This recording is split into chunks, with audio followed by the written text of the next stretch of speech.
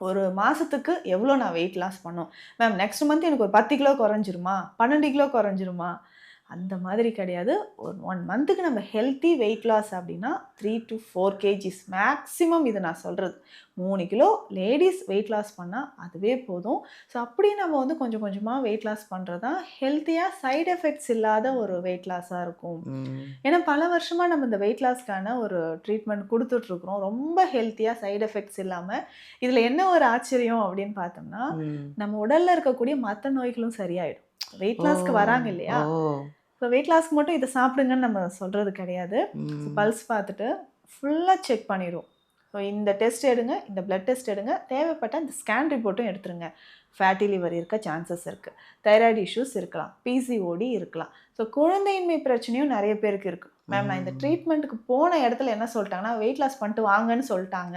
ம். அப்போ என்ன பண்ணுவாங்கன்னா, வெயிட் லாஸ் ட்ரீட்மெண்ட் நம்ம கிட்ட இருக்கும்போதே கன்சீவ் ஆயிடுவாங்க நேச்சுரலா. Very good. ஸோ ம். அப்ப அதுக்கான தேவை அப்படின்றது இருக்காது. நேச்சுரலா நம்ம வந்து கன்சீவ் ஆயிடுறாங்க.